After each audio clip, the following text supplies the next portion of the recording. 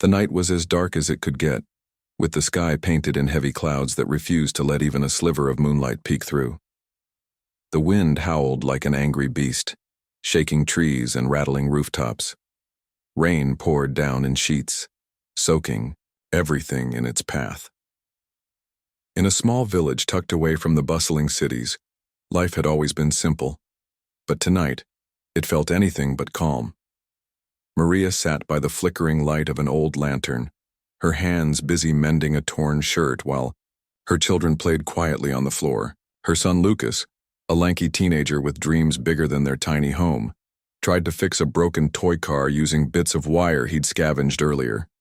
Across from him, Sophia, his younger sister, hummed a tune as she colored pictures in a worn-out notebook. Despite the storm raging outside, there was a sense of warmth inside the little wooden house. It wasn't much, but it was theirs. A shelter built with love and sacrifice. Maria glanced at her children, pride swelling in her chest despite the hardships they faced daily.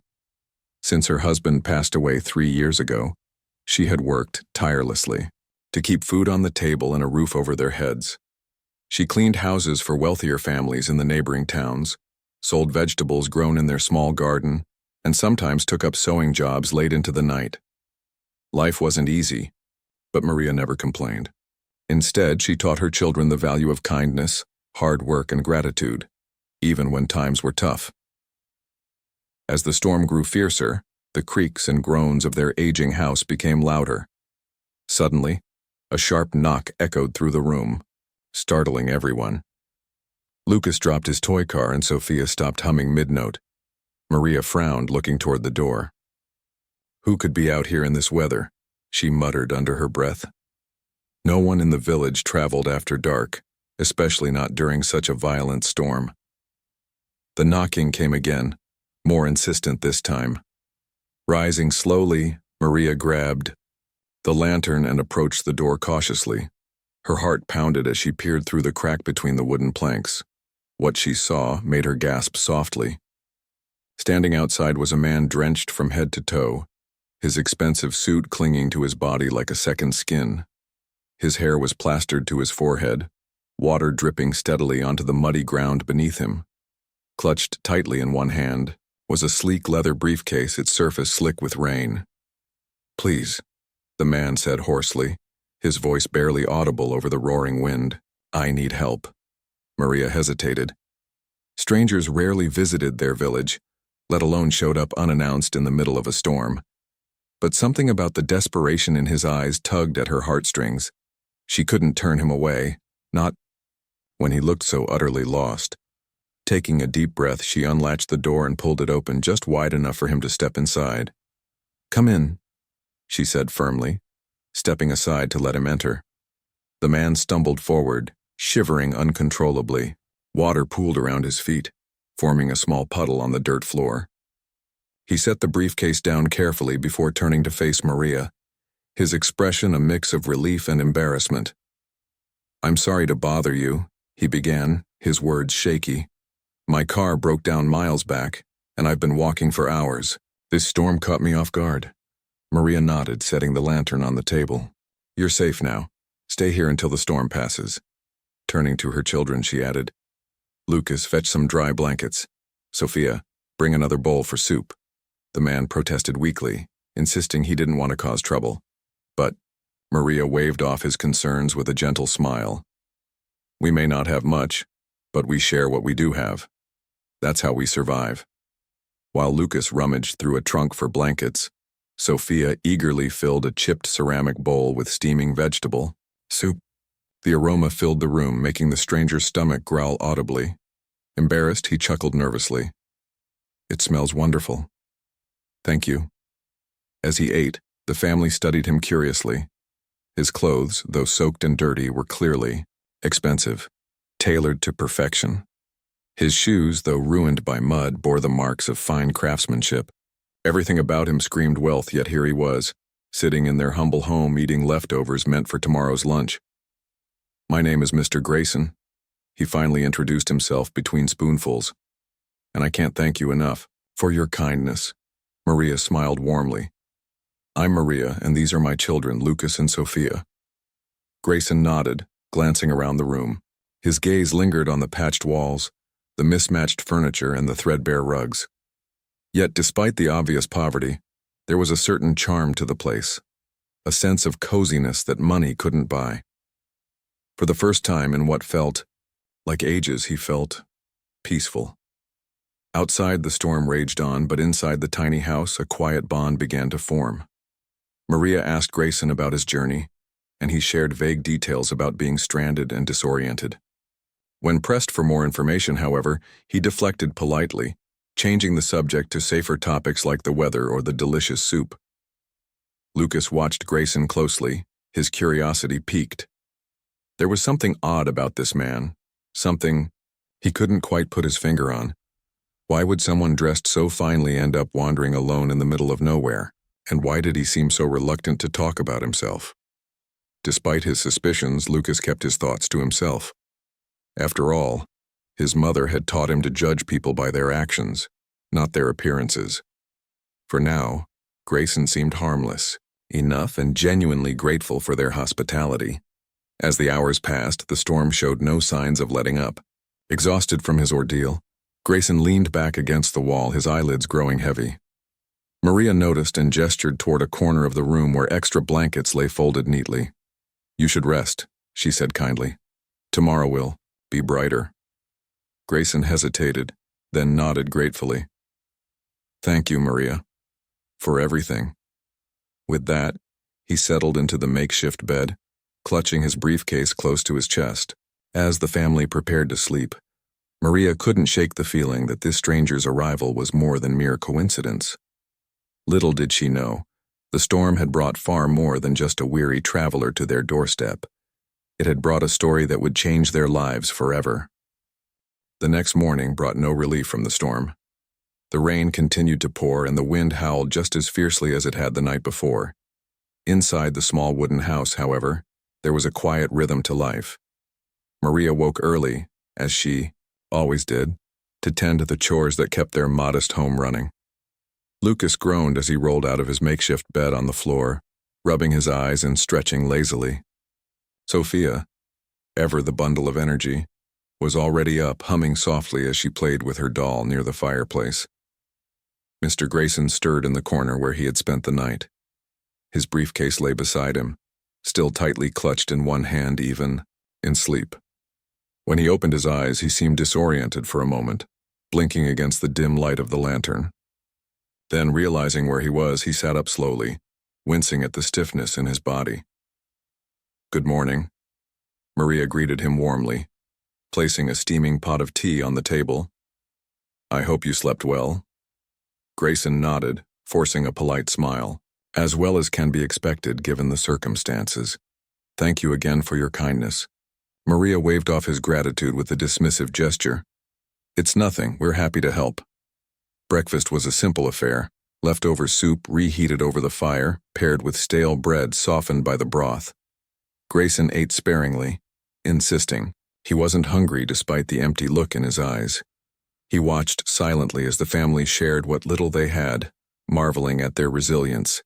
Here they were, living in a house that barely kept the rain out, yet they radiated a sense of contentment that money couldn't buy. After breakfast, Grayson offered to assist with the household chores, but Maria gently refused. "You're our guest," she said firmly. "Rest while you can. This storm won't last forever, but until it passes, you're safe here." Reluctantly, Grayson obeyed, settling back into his spot by the fire. As the day wore on, he found himself observing the family more closely. Maria moved about the house with quiet efficiency, her hands never idle. She mended clothes, swept the floor, and tended to the vegetables drying near the hearth. Lucas helped where he could, though his teenage restlessness often got the better of him. He fidgeted constantly, glancing at Grayson whenever he thought the man wasn't looking. Sophia, on the other hand, showed no such restraint. She approached Grayson boldly, holding out her ragged doll. "Her arm is broken," she announced, matter-of-factly. "Can you fix it?" Grayson hesitated, taken aback by her directness. But seeing the hopeful gleam in her wide eyes, he relented. "Let me see what I can do." he said, taking the doll carefully. With surprising gentleness, he examined the torn seam where the arm had come loose. Using a needle and thread borrowed from Maria, he worked patiently, stitching the limb back into place. There, he said finally, handing the repaired doll back to Sophia with a small smile. Good as new. Sophia beamed, hugging the doll tightly. Thank you, Mr. Grayson. Her innocent joy seemed to soften something within him. For a fleeting moment, he looked almost human. Gone was the guarded expression he usually wore, replaced by a hint of warmth that made him appear less like a stranger and more like someone who belonged. But not everyone was so easily swayed. Lucas remained suspicious, his curiosity growing with each passing hour. That afternoon, when Grayson excused himself to step outside briefly, Lucas seized the opportunity to investigate. Creeping over to the corner where the briefcase rested, he eyed it warily. It was polished and pristine, untouched by the chaos of the storm or the simplicity of their home. What could possibly be inside? Just as Lucas reached out to touch it, Maria's voice cut through the room. Lucas, what are you doing? Startled, Lucas jumped back, his cheeks flushing with guilt.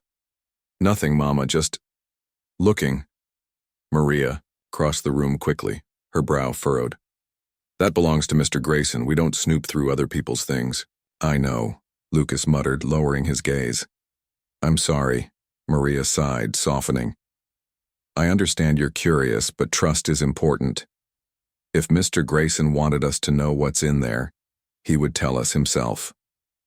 Lucas nodded, reluctantly, though his mind raced with questions. Why did Grayson carry the briefcase everywhere? Why did he seem so protective of it?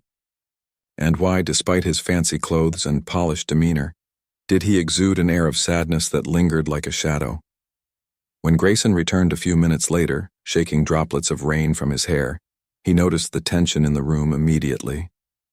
His sharp eyes darted between Maria and Lucas, but he said nothing. Instead, he resumed his seat by the fire, staring into the flames with an unreadable expression.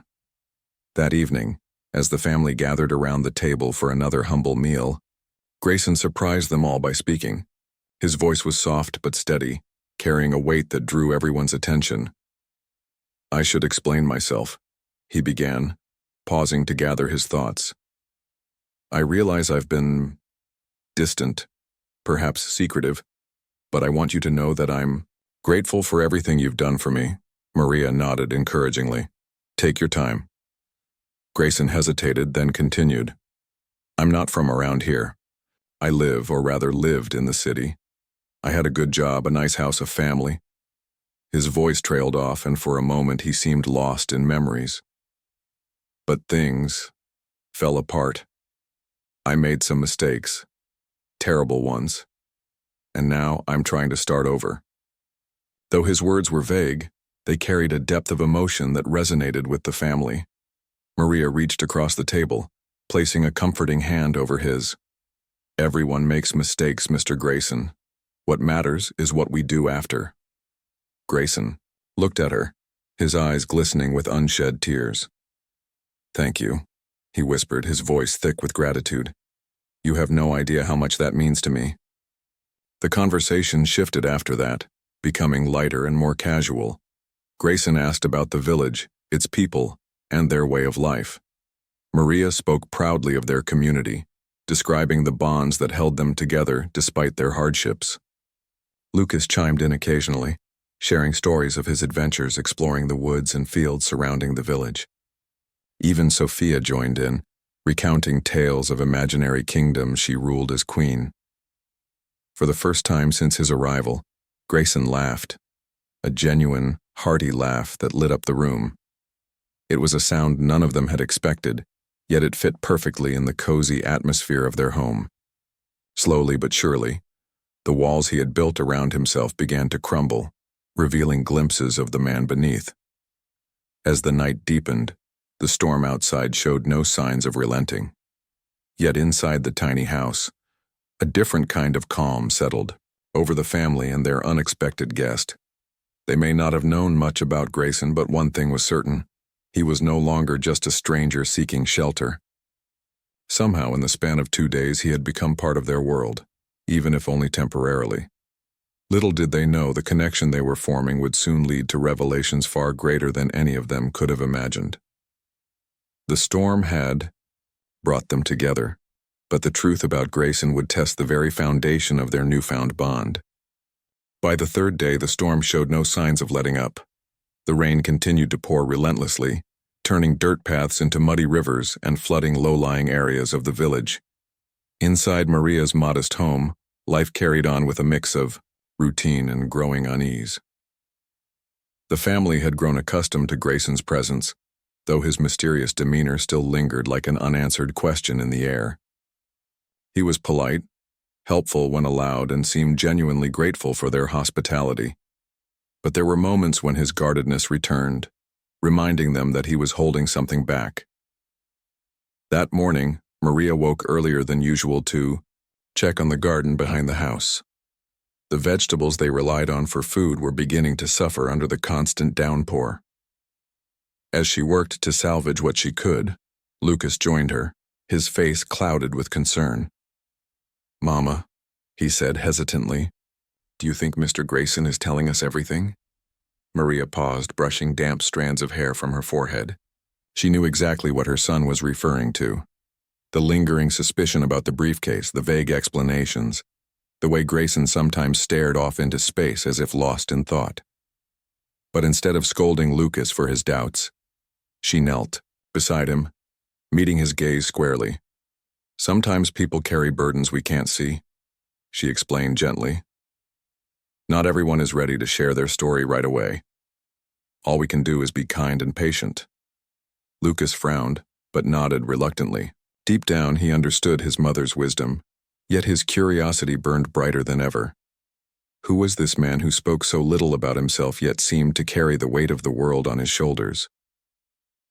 Back inside the house, Grayson sat by, the fire absently flipping through one of the old books Maria kept on a rickety shelf. Sophia perched nearby, coloring pictures in her notebook while humming softly. The scene might have appeared peaceful, but beneath the surface, tension simmered. Grayson's mind was clearly elsewhere. His eyes darted toward the window every few minutes, as if searching for something, or perhaps bracing himself for bad news. Around midday, the sound of someone knocking at the door startled everyone. Maria hurried to answer it, finding one of their neighbors, an elderly woman named Rosa, standing outside. Her face was pale, and her voice trembled as she spoke. "Maria, the river is rising fast. If this rain doesn't stop soon, we'll have flooding all over the village." Maria's heart sank. She thanked Rosa and closed the door, turning to relay the message to the others. "We need to prepare," she announced firmly. "If the water reaches us, we'll have to move quickly." Grayson stood abruptly, his expression grim. "I'll help however I can." For the rest of the afternoon, the family worked tirelessly, alongside their neighbors, to fortify their homes against the impending flood. Sandbags were piled high around vulnerable areas. Livestock was moved to higher ground, and valuables were packed in case evacuation became necessary. Grayson threw himself into the effort, surprising everyone with his strength and determination. Despite his polished appearance, he proved to be surprisingly capable, hauling heavy bags of sand and wading through ankle-deep mud without complaint. As evening approached, exhaustion began to set in. The rain showed no sign of stopping, and the rising waters added to the tension. Back at the house, Maria served a simple dinner of boiled potatoes and dried fish, which everyone ate in near silence. The mood was somber, weighed down by the uncertainty of what the night might bring. It was during this quiet meal that Grayson finally broke his silence. His voice was soft but steady, carrying a note of resolve that caught everyone's attention. "There's something I need to tell you," he began, looking directly at Maria. "Something I should have told you sooner." Maria set her bowl aside, giving him her full attention. "Go ahead." Grayson took a deep breath, his hands trembling slightly as he clasped them together. "My name isn't just Mr. Grayson. I'm Alexander Grayson, CEO of Grayson Enterprises. I didn't leave the city because of a job loss or personal failure." He paused, struggling to find the right words. "I fled because I committed a crime, a serious one. I took money that wasn't mine, Millions of dollars. The room fell silent, the weight of his confession hanging heavily in the air. Lucas's jaw dropped, and Sophia stopped coloring altogether, her wide eyes fixed on Grayson. Maria simply stared at him, her expression unreadable. "I know I don't deserve your kindness," Grayson continued, his voice cracking with emotion. "But I swear, I never intended to hurt anyone. I panicked when I realized how much trouble I was in. I thought running away would solve everything, but it hasn't. Every step of this journey has been haunted by guilt and regret." He reached for the briefcase resting beside him, opening it slowly to reveal stacks of cash and official-looking documents. "This is some of the money I stole. I planned to use it to start a new life somewhere far away. But now," he trailed off, shaking his head, "now I realize how selfish I've been. You've given me shelter, food, and trust, even though I don't deserve any of it." Tears streamed down his face as he finished speaking, his shoulders slumping under the weight of his confession. For a long moment, no one said anything. The only sounds were the crackling of the fire and the relentless drumming of rain against the roof. Finally, Maria spoke, her voice calm but firm. "What you've done is wrong, Mr. Grayson, there's no denying that.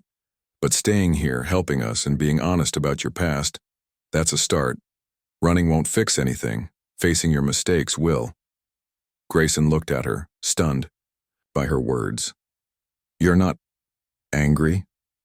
"Oh, I'm angry," Maria admitted, her tone sharpening slightly. "Not just for what you did, but for thinking you could run from it. But anger doesn't solve problems. What matters now is what you choose to do next." Lucas watched the exchange, his initial shock giving way to a grudging respect. Despite his suspicions, he couldn't deny that Grayson's confession took courage. Sophia, too, seemed to soften, inching closer to him as if sensing his pain. "I want to make things right," Grayson said earnestly. "I'll turn myself in once the storm passes, but until then, please let me stay and help. Let me earn your forgiveness, not because I deserve it, but because I owe it to you." Maria studied him for a long moment before nodding slowly. "All right, stay, help, and prove to us and to yourself that you're more than your mistakes." With that decision made, the atmosphere in the room shifted. The tension eased slightly, replaced by a shared sense of purpose. Grayson, visibly relieved, rolled up his sleeves and joined the family in preparing for the worst of the storm. Together, they reinforced the walls, secured loose shutters, and gathered supplies in case the water breached their home. As the hours ticked by, the bond between them grew stronger. Grayson's actions spoke louder than his words, and his willingness to face the consequences of his choices earned him a measure of trust. Though the storm outside raged on, inside the tiny house, a fragile hope began to take root. Little did they know, the challenges ahead would test them in ways none of them could predict. The floodwaters were rising, threatening to wash away not only their homes, but also the fragile connections they had built. Yet amidst the chaos, one truth remained clear. Kindness, honesty, and redemption were powerful forces, ones that could weather even the fiercest storms. The fourth day dawned with a heaviness that pressed down on the village like a suffocating blanket. The rain had not stopped, and the river was now dangerously close to spilling over its banks. The floodwaters crept closer with each passing hour, swallowing fields, washing away fences, and threatening to engulf homes. Inside Maria's small house, the family and Grayson worked tirelessly, reinforcing their shelter as best they could. Everyone knew the storm was no longer just an inconvenience. It was a fight for survival. Grayson had changed since his confession the night before. There was a new determination in his movements, a sense of purpose that hadn't been there before. He moved quickly, stacking sandbags at the base of the door, securing loose boards on the windows and helping Lucas carry supplies to higher ground. His hands were blistered and raw from the labor, but he didn't complain. Instead, he focused, intently on the task at hand, as if working harder would somehow make up for the mistakes he'd made. Maria noticed this shift in him and felt a flicker of hope. Perhaps Grayson wasn't beyond redemption after all. She watched him work alongside her children, marveling at how seamlessly he fit into their efforts. Despite his wealth, or perhaps because of it, he seemed to understand the value of hard work and sacrifice. For the first time, she saw glimpses of the man he might have been before greed and fear clouded his judgment. As the morning wore on, the situation outside grew dire. Neighbors shouted warnings to one another, their voices barely audible over the roar of the wind and water. A group of villagers gathered near the center of the village, trying to organize a plan to protect what little they had left. Maria insisted on joining them, leaving Grayson behind to guard the house and her children. When she returned hours later, her face was pale, her eyes wide with worry. "The dam upstream is weakening," she told the others grimly. "If it breaks, the entire village will be underwater." Grayson froze, his heart pounding. He had seen enough news reports about floods to know what that meant: destruction, loss, chaos. But here, in this tiny village where people lived hand to mouth, the consequences would be catastrophic. Without hesitation, he stepped forward. "What can I do to help?" Maria hesitated, then nodded toward the barn at the edge of the property. "We need to move the animals to higher ground, and we need to warn everyone who hasn't already evacuated." For the next several hours, Grayson threw himself into the rescue effort. He helped herd cows, goats, and chickens through the rising waters, guiding them to safer areas uphill. When the animals were secure, he joined Maria and other villagers in going door to door, urging those still clinging to their homes to leave while they could. His expensive shoes were ruined, his suit torn and caked with mud. But he didn't care. For the first time in years, he felt useful, not as a wealthy CEO barking orders, but as someone willing to get his hands dirty for the sake of others. By late afternoon, the dam finally gave way. A deafening crack echoed through the valley, followed by the sound of rushing water surging toward the village. Panic erupted as people scrambled to escape. Grayson grabbed Sophia and hoisted her onto his shoulders, shielding her from the biting wind and cold spray. Lucas held tightly to Maria's hand as they ran together, their feet sinking into the muddy ground with every step. They reached the hillside just in time to watch the floodwaters sweep through the village below. Homes were swallowed whole, crops destroyed, and livestock scattered. The sight was devastating, yet amid the destruction there was also resilience. Villagers huddled together under makeshift shelters, sharing what little food and supplies they had salvaged. Strangers became allies, united by the shared goal of survival. That night, as the rain finally began to ease, the survivors gathered around a communal fire. Exhausted and soaked to the bone, they shared stories of narrow escapes and acts of bravery. Grayson sat quietly among them, listening intently. He noticed how Maria comforted a crying child whose parents were missing, how Lucas helped an elderly man settle into a dry corner, and how Sophia offered her last piece of bread to a hungry neighbor. These small acts of kindness reminded him of the humanity he had forgotten during his years chasing wealth and power. Later, when the crowd dispersed and the family found a quiet spot to rest, Maria turned to Grayson. Her expression was serious, but kind. "You've done good today," she said softly. "More than most would expect from someone in your position."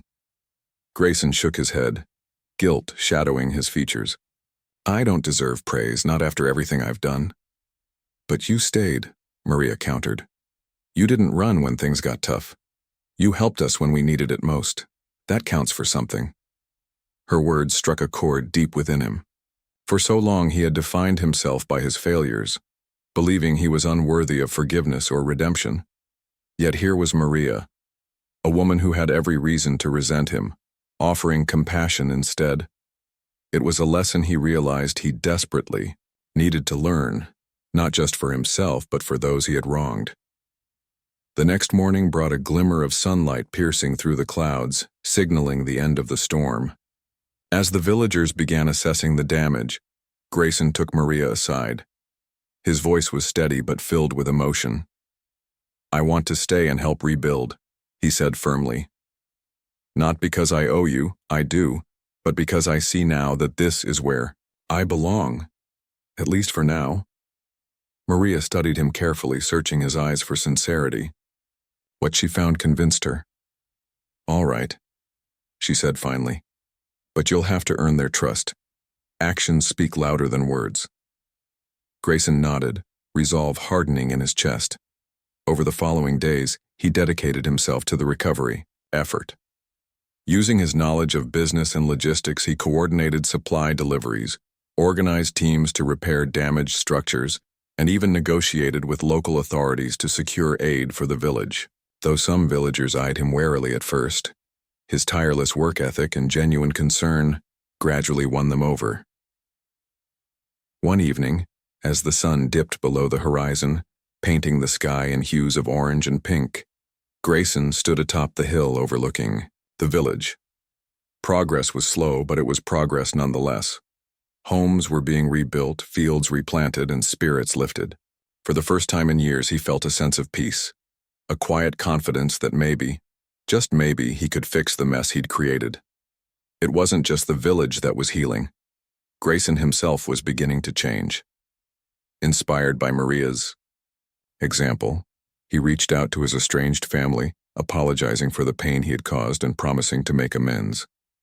To his surprise, they listened, not immediately forgiving him, but willing to give him a chance to prove he was sincere. Weeks turned into months, the village transformed. New houses rose from the ruins, stronger and sturdier than before. Crops flourished in the fertile soil, and laughter returned to the streets. Grayson remained a part of it all, learning the value of community and humility. He wasn't the same man who had stumbled into Maria's home during the storm. In many ways, he was better. Yet despite the progress, Grayson knew his journey wasn't over. The legal consequences of his actions still loomed ahead, and he understood that true redemption required facing them head-on. But for now, surrounded by people who had shown him kindness when he least deserved it, he allowed himself a moment of hope. The storm had taken much from him, but it had also given him something far more valuable, a second chance. The months that followed the storm were a whirlwind of activity for the village. The floodwaters had receded, leaving behind muddy fields and broken homes, but the spirit of the people remained unbroken. Under Grayson's leadership, the rebuilding process became more than just a recovery effort. It was a testament to human resilience and unity. Every day brought new challenges, but also small victories that kept hope alive. Grayson threw himself into the work with an energy that surprised even himself. He organized teams to clear debris, repair damaged structures, and replant crops. His business acumen proved invaluable. He negotiated with suppliers to secure materials at lower costs, coordinated volunteer efforts efficiently, and even managed to secure government grants to aid in the reconstruction. Villagers who had once viewed him with suspicion began to see him as one of their own. A man transformed by humility and purpose. Maria watched this transformation with quiet pride. She had always believed in the goodness of people, even those burdened by mistakes. Seeing Grayson take responsibility for his actions reinforced her faith in humanity. "He's not the same man who came here," she told Lucas one evening, as they sat on the porch watching the sunset. "Look how far he's come." Lucas nodded thoughtfully.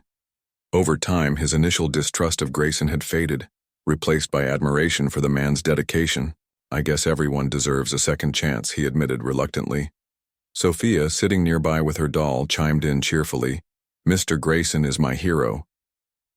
Despite the progress, Grayson knew his journey wasn't complete. While he had earned the trust of the villagers, he still carried the weight of his past crimes.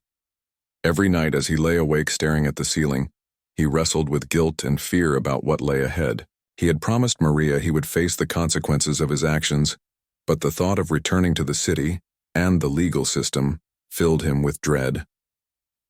One afternoon, while overseeing the construction of a new community center, Grayson received a letter. It was from his lawyer, informing him that charges had been filed against him for embezzlement. The company he had stolen from was demanding restitution, and criminal proceedings were imminent. Reading the letter, Grayson felt a wave of nausea wash over him. This was it, the moment he had been dreading. Instead of retreating into despair, however, he decided to confront the situation head-on. That evening, he gathered the family around the table. His hands trembled slightly as he held the letter, but his voice was steady. "I need to leave soon," he said solemnly. "My past has caught up with me." Maria reached out, placing a comforting hand on his arm. "Are you ready?" Grayson hesitated before nodding. "As ready as I'll ever be. I've done terrible things, but staying here has shown me there's still good in me, if I choose to act on it. I owe it to myself, and to all of you, to make things right." Sophia looked up at him, her eyes wide with worry. "Will you come back?" "I don't know," Grayson replied honestly. "But no matter what happens, please remember that I'll never forget what you've done for me. You saved me, not just from the storm, but from myself." The next morning, Grayson prepared to leave. He packed only what he needed, leaving behind the expensive suits and polished shoes that symbolized the life he had abandoned. Before stepping out the door, he handed Maria an envelope. "For emergencies," he explained simply. "It's clean. Money. Legally obtained funds I set aside before everything fell apart. Use it wisely." Maria tried to protest, but Grayson insisted. "You've given me so much already. Let me give something back." With tears in their eyes, the family bid him farewell. As he walked down the path leading out of the village, every villager stopped what they were doing to watch him go. Some nodded respectfully, others waved, and a few even called out words of encouragement. Grayson felt a lump rise in his throat. These people, who had every reason to despise him, had chosen instead to believe in his potential for change. Their kindness humbled him deeply. In the city, Grayson faced the full weight of his crimes. The courtroom was packed with reporters, former colleagues, and curious onlookers eager to see the downfall of a once powerful CEO. As the judge read out the charges, Grayson stood tall, accepting responsibility without excuses or defensiveness.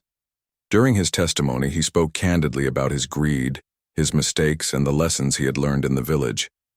His sincerity resonated with many, including the judge, who noted his genuine remorse and commitment to making amends.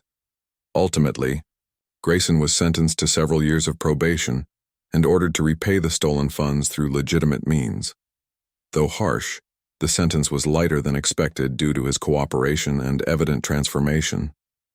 More importantly, the court allowed him to continue working on projects aimed at helping underprivileged communities, a decision influenced by letters of support sent by Maria and other villagers. Back in the village, life went on. The community center Grayson had helped build became a hub of activity, hosting workshops, gatherings, and celebrations. Maria often found herself reflecting on the impact one man's presence had made, not just on their lives, but on his own. "Redemption is possible," she told Lucas one day, "but it takes courage to seek it." Meanwhile, Grayson began rebuilding his life in earnest. He sold his remaining assets to pay back what he owed and dedicated himself to philanthropy, channeling his skills toward meaningful causes. Occasionally, he wrote letters to Maria and the children, updating them on his progress. In return, they sent photos of the thriving village, reminding him of the home he had helped create. Though separated by distance, the bond between Grayson and the family remained strong. They had weathered the storm together, both literal and metaphorical, and emerged stronger for it. For Grayson, the experience had been transformative. He no longer defined himself by his failures, but by the choices he made moving forward. And for Maria's family, Grayson's story served as a reminder that compassion and forgiveness could heal even the deepest wounds. Little did any of them know, their connection would continue to shape their lives in ways they couldn't yet imagine. The storm may have passed, but its legacy lived on, a testament to the power of redemption, resilience, and the enduring strength of the human spirit. Years passed, and the village that had once been battered by the storm now stood as a symbol of resilience and hope. The scars of the flood were still visible in some places, a cracked wall here, an uneven path there, but they only added character to the community. Life had moved on, yet the memory of Grayson lingered like a gentle breeze, reminding everyone of the man who had come seeking shelter and ended up leaving behind a legacy.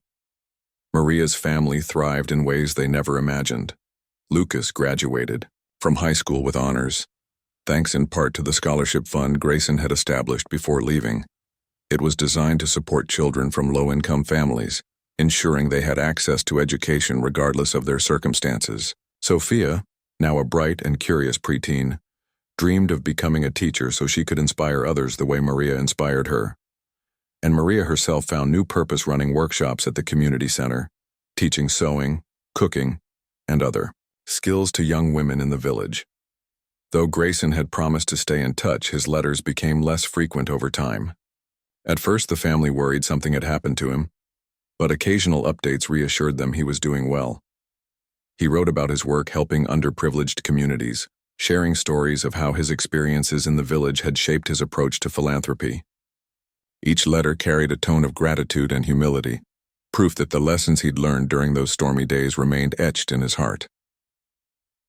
One crisp autumn morning, as golden leaves danced in the wind, the village buzzed with excitement. A delivery truck arrived carrying crates filled with books, art supplies, and musical instruments. Attached to one of the crates was a note addressed to Maria, "For Sophia and the next generation of dreamers." The handwriting was unmistakably Grayson's. Tears welled up in Maria's eyes as she read the message aloud to her children. "He hasn't forgotten us," she said softly, clutching the note to her chest. Lucas grinned while Sophia jumped up and down, hugging the box of supplies tightly. For the rest of the day, villagers gathered at the community center to unpack the gifts, marveling at the generosity of the man who had once sought refuge among them. But the surprises didn't end there. A few weeks later, just as the sun dipped, below the horizon, casting long shadows across the fields, a familiar figure appeared on the dirt road leading into the village. His clothes were simpler than before, his hair streaked with gray, but there was no mistaking Alexander Grayson. Word spread quickly, and soon the entire village turned out to welcome him back. Grayson looked older, wearier, but his smile was warm and genuine. When Maria approached him, tears streaming down her face, he embraced her tightly. "I couldn't stay away any longer," he admitted, his voice thick with emotion. "This place, you people, you saved me." That night, the village held a feast in his honor. Tables groaned under the weight of homemade dishes, roasted chicken, hearty stews, fresh bread, and sweet desserts. Children laughed and played, while adults shared stories around crackling fires. Grayson sat beside Maria, Lucas, and Sophia, listening intently as they recounted all that had happened since his departure. "I'm proud of you," he told Lucas when the teenager shyly mentioned his plans to study engineering at university. Turning to Sophia, he added, "And I have no doubt you'll make a wonderful teacher someday." When it was his turn to speak, Grayson shared snippets of his journey after leaving the village. He spoke of the challenges he faced repaying his debts, the struggles of rebuilding trust with his estranged family, and the joy of finding meaning in helping others. "You taught me what true wealth looks like," he said, glancing around at the faces illuminated by firelight. "It's not money or power, it's love, kindness, and community." The following days were filled with reunions and reflections. Grayson visited every corner of the village, marveling at how much it had grown and flourished. The community center, once a pile of rubble, now bustled with activity. Children learning, adults collaborating, and dreams taking shape. He met farmers whose fields he had helped replant, elders whose homes he had assisted in rebuilding, and young people whose futures he had helped secure through scholarships. Everywhere he went, he was greeted with smiles and gratitude. Before departing again, Grayson made one final gesture that left the entire village speechless. Standing before the crowd gathered at the community center, he announced the creation of a permanent fund dedicated to supporting the village's growth. "This is my home too," he explained, his voice steady despite the lump in his throat, "and I want to ensure it continues to thrive for generations to come." As he prepared to leave, the family accompanied him to the edge of the village. Sophia clung to his hand, unwilling to let go. "Will we see you again?" she asked, her voice trembling. Grayson knelt down, placing a hand on her shoulder. "Whenever you need me, I'll be here, in spirit, if not in person. You've given me more than I ever deserved, never forget that." With a final wave, he disappeared down the winding road, leaving behind a trail of memories and promises kept. Though physically absent, his presence continued to resonate throughout the village. His story became a part of its history, told and retold to remind future generations of the transformative power of compassion and redemption. Years later, as Lucas graduated from university and delivered a speech about overcoming adversity, he paused mid-sentence to look directly at his mother. "None of this would have been possible without the man who taught us that second chances are worth fighting for," he said, his voice choked with emotion. "Thank you, Mr. Grayson, for believing in us when we needed it most." In the audience, Maria wiped away tears, remembering the stormy night that changed everything. What began as an act of simple kindness had blossomed into something extraordinary, a reminder that even in the darkest moments, humanity has the power to shine brightest. And so the village carried on, strengthened by the bonds forged during the storm. Its people knew that life would always bring challenges, but they also knew they had the tools to face them together. After all, storms may rage, but they cannot extinguish the light of hope or the enduring strength of the human spirit.